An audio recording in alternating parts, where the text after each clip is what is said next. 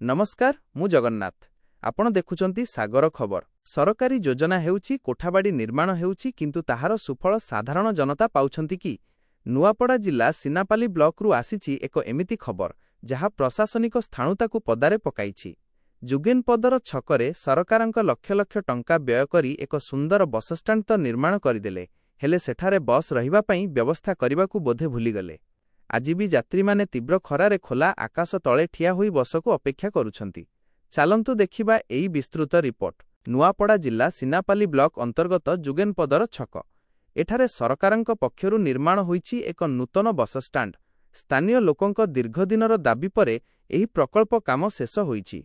प्राय 3 रु 4 मास हेलाणी निर्माण कार्य संपूर्ण सरिछि, हेले आजि पर्यंत एही बस स्टैंडर फाटक यात्रींक पई खोली नाही किंबा कोनोसी बस एठाकु आसु नाही। खरारे ठिया होइथिबा पिला ओ महिला यात्री माने भाबिथिले बस स्टैंड हेले सेमानंक दुख दूर हेबो, किंतु दुर्भाग्यर विषय बस स्टैंड थाई मध्य यात्री माने बाहारे धूली ओ प्रचंड खरारे सिजुछंती।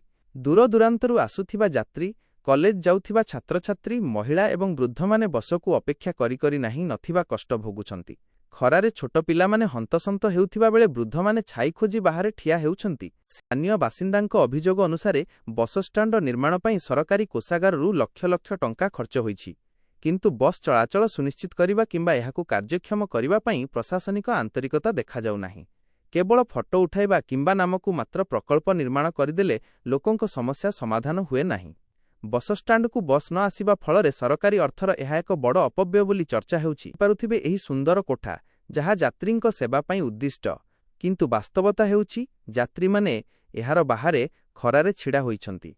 प्रश्न उठुछि, जदि बस रहिबार नथिला तेबे एते टंका खर्च करी काहा पई एही बस स्टैंड तयारी होइछि? स्थानीय जनसाधारण एवं यात्री माने जिला प्रशासन निकटरे दाबी करिछंती जे यथाशीघ्र एही बस स्टैंड को कार्यक्षम करा जाऊ एवं समस्त यात्रीवाही बस को एही रूट देई जिबाकू बाध्यतामूलक करा जाऊ।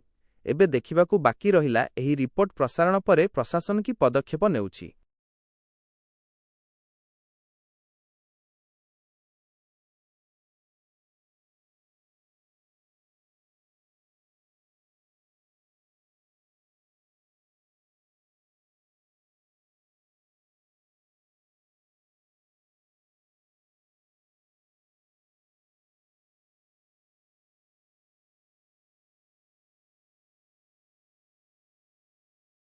निरपेक्ष खबर सबुबेले आपणक सह।